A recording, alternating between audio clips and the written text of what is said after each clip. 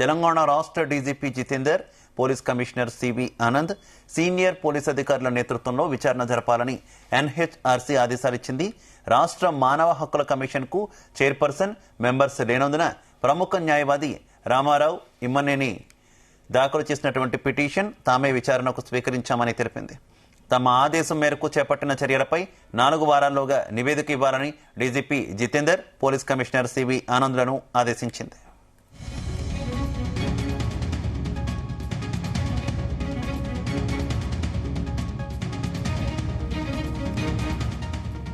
అల్లు అర్జున్ కేసులో జాతీయ మానవ హక్కుల కమిషన్ కీలక ఆదేశాలు జారీ చేసింది. లాఠీచార్జ్ చేసినటువంటి పోలీసులపై విచారణ చర్యలకు కూడా ఆదేశించింది.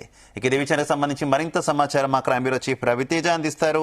రవితేజ, డిసెంబర్ 4వ తేదీన సంధ్యా థియేటర్ సమీపంలో జరిగినటువంటి ఈ ఘటనపై కొంత పోలీసుల పైన వ్యతిరేకత పెరిగినా ఉంది. పోలీసులు లాఠీచార్జ్ కారణంగానే రేవతి చనిపోయింది, బాబు ఆసుపత్రి పాలయ్యాడు అంటూ కూడా పోలీసు ఉన్నతాధికారులే ఈ ఆదేశాల ప్రకారంగా పోలీసులు చెదరగొట్టడానికి లాఠీలకు పని చెప్పి లాఠీలు జిలిపించడంతో ఈ ఘటన జరిగింది అనే దానిపై కూడా ముందుగా పోలీస్ డిపార్ట్మెంట్ పైన కొన్ని విమర్శలు వచ్చినప్పటికీ ఏకంగా ఇది కేంద్ర మానవ హక్కుల సంఘానికి ఫిర్యాదు రూపంలో ఇక్కడ నుంచి ఈ లేఖ పంపించడంతో కోర్టు మానవ హక్కుల సంఘం ఆ ఫిర్యాదుని స్వీకరించి ఈరోజు రాష్ట్ర డీజీపీ జితేందర్ కు, హైదరాబాద్ పోలీస్ కమిషనర్ ఆనంద్ ఇద్దరిని కూడా ఈ సీనియర్ పోలీస్ అధికారుల నేతృత్వంలో జరిగినటువంటి లాఠీచార్జ్ అధికారులపై విచారణ జరిపి చర్యలు చేపట్టవలసిందిగా కూడా మానవ హక్కుల సంఘం ఈరోజు ఆదేశాలు జారీ చేసినట్టు తెలుస్తోంది.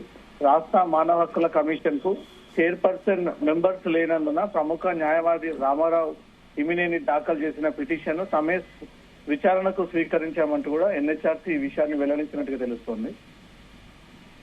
ఎన్హెచ్ఆర్సీ ఆదేశాల మేరకు ఇప్పటి వరకు చర్యలకు సంబంధించి 4 వారాల్లో నివేదిక సమర్పించాల్సిందంటూ కూడా తెలంగాణ రాష్ట్ర డీజీపీకి, హైదరాబాద్ పోలీస్ కమిషనర్ సివి ఆనంద్లకు జాతీయ మానవ హక్కుల సంఘం ఆదేశాలు జారీ చేసి 4 వారాల్లో దీనిపైన విచారణ జరిపి ఏ సమయంలో ఏ సందర్భంలో లాఠీచార్జ్ చేయాల్సి వచ్చింది, అసలు లాఠీచార్జ్ చేసి అక్కడ చెదరగొట్టాల్సినటువంటి పరిస్థితి ఎందుకు ఏర్పడింది, ప్రతిసారి ఏ ఈవెంట్ జరిగినా ఏ కార్యక్రమం జరిగినా పోలీసులు లాఠీలకు ఎందుకు పని చెప్పాల్సి వస్తుంది, అనేక మంది తీవ్రంగా గాయాలయ్యారు, ఈరోజు లాఠీచార్జ్ జరగడం కారణంగానే మహిళ చనిపోయింది అనే ఒక ఆరోపణలు వ్యక్తమవుతా ఉన్నాయి. కాబట్టి దీనిపైన ఎంక్వైరీ వేసి ఆ ఎంక్వైరీ రిపోర్టు 4 వారాల్లో కేంద్ర జాతీయ మానవ హక్కుల సంఘానికి ఆ నివేదిక పంపించాలి అంటూ కూడా రాష్ట్ర డీజీపీకి, హైదరాబాద్ పోలీస్ కమిషనర్ కి మానవ హక్కుల సంఘం ఈ ఆదేశాలు జారీ చేసినట్టుగా తెలుస్తోంది.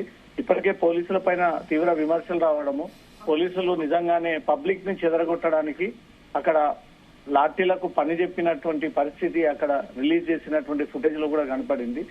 లాఠీచార్జ్ ఏ సందర్భంగా జరగాల్సి వచ్చింది అనే దాంతో కూడా నివేదిక తయారు చేసి ఇక్కడ నుంచి కేంద్ర మానవ హక్కుల కమిషన్ కి ఆ రిపోర్ట్ అందిన తర్వాత కేంద్ర మానవ హక్కుల సంఘం ఆ లాఠీచార్జ్ రిపోర్ట్ ని చదివిన తర్వాత దీంట్లో ఏదైనా పోలీసులు అనవసరంగా లాఠీచార్జ్ జరిపించారన్నట్టుగా మాత్రం మానవ హక్కుల సంఘం భావిస్తే ఇమీడియట్ గా ఎవరెవరు ఆ లాఠీచార్జ్ లో పాల్గొన్నారు వాళ్ళ పూర్తి వివరాలు కూడా అందజేసి వారిపైన ఎంక్వైరీ వేయాలంటూ కూడా ఆదేశాలు జారీ చేసేటువంటి అవకాశం ఉంది.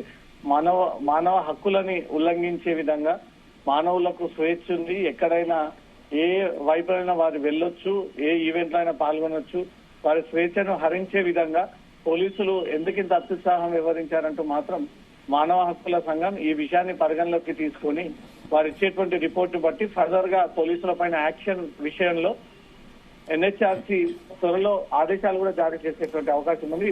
ప్రస్తుతం ఎన్హెచ్ఆర్సీ ఇచ్చినటువంటి ఆదేశాలపై పిటిషనర్ ఏమైనా రెస్పాండ్ అయ్యారా రవితేజ? పిటిషనర్ చాలా స్పష్టంగా వివిధ టీవీలలో, సోషల్ మీడియాలలో ప్రసారం అవుతున్నటువంటి వీడియోలు, కథనాలన్నింటినీ కూడా ఆధారం కిందకి చేసుకొని పోలీసుల లాఠీచార్జ్ అంటూ వచ్చినటువంటి హెడ్లైన్స్ ని ఆధారం కిందకి తీసుకొని ఇవన్నీ మానవ హక్కుల సంఘానికి లేఖ రూపంలో పంపించడం జరిగింది. ప్రస్తుతం మానవ హక్కుల సంఘంలో ఎవరు కూడా అందుబాటులో లేకపోవడంతో తమే ఈ కేసుని విచారణ జరిపిస్తామంటూ కూడా ఎన్హెచ్ఆర్సీ ప్రకటన రిలీజ్ చేయడము.